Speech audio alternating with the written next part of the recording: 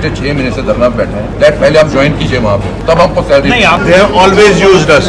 The name of Kashmiri Pandit. Only when election comes, they get activated regarding Kashmiri Pandit. जो काम कांग्रेस ने किया वो दिखा रहे हमने किया है, कुछ नहीं किया उन्होंने, 1 रुपए का काम नहीं किया। जो फूड ग्रेन्स मिलते हैं इन्होंने वो तक बंद कर दिया हमारा। विवेक अग्निहोत्री की फिल्म द कश्मीर फाइल्स जब रिलीज हुई तो चारों तरफ इसकी चर्चा हुई, खूब चर्चा में रही। बीजेपी के बड़े बड़े नेता इस फिल्म को देखने के लिए पहुंचे और खुद प्रधानमंत्री नरेंद्र मोदी भी बल्कि इसकी तारीफ की, फ्रीडम ऑफ एक्सप्रेशंस की बात की और यह भी कहा कि इस तरह की फिल्म्स बनती रहनी चाहिए। कश्मीर और कश्मीर में रहने वाले लोगों की, कश्मीरी पंडितों की बात भारतीय जनता पार्टी बहुत करती है, बड़े बड़े दावे करती है, वादे भी करती है। जब कश्मीर पहुंचे राहुल गांधी भारत जोड़ो यात्रा को लेकर तो प्रवासी कश्मीरी पंडितों ने क्या कुछ कहा, अपनी आप बीती सुनाई, ये आपको बताएंगे। लेकिन आपको बता दूं कि भारत जोड़ो यात्रा के दौरान जब राहुल गांधी कश्मीर पहुंचे तो इसे अपार समर्थन कश्मीर वासियों की तरफ से मिला, प्यार मिला।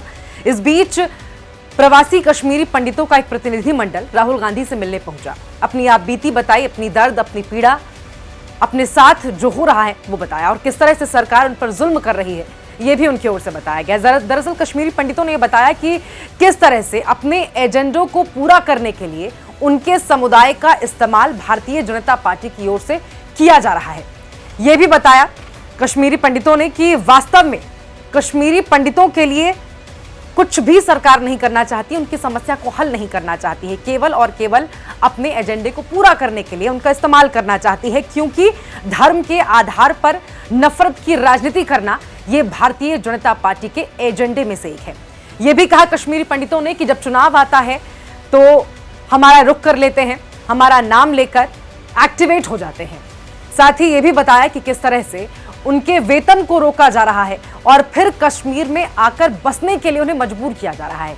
कश्मीरी पंडितों ने यह बताया कि जब यहाँ ऐसी व्यवस्था है ही नहीं, जब यहाँ बच्चों के पढ़ाई के लिए स्कूलों में व्यवस्था नहीं है, पिछले 1-1.5 साल की बात करते हुए बताया कि टारगेट किलिंग पिछले कुछ सालों में बहुत बढ़ी है, टारगेट किलिंग की घटनाएं काफी हद तक बढ़ी हैं, स्कूल में जाकर टीचर्स को खुलेआम मार दिया जा रहा है। तो इस तरह की व्यवस्था में आखिर वो कैसे रहेंगे, लेकिन यहाँ आकर रहने को उन्हें मजबूर किया जा रहा है। इसके साथ ही कई तरह के जो प्रदर्शन इस वक्त चल रहे हैं जम्मू कश्मीर में, उसका जिक्र किया और बताया कि सरकार इनकी ओर भी अपना ध्यान नहीं दे रही है।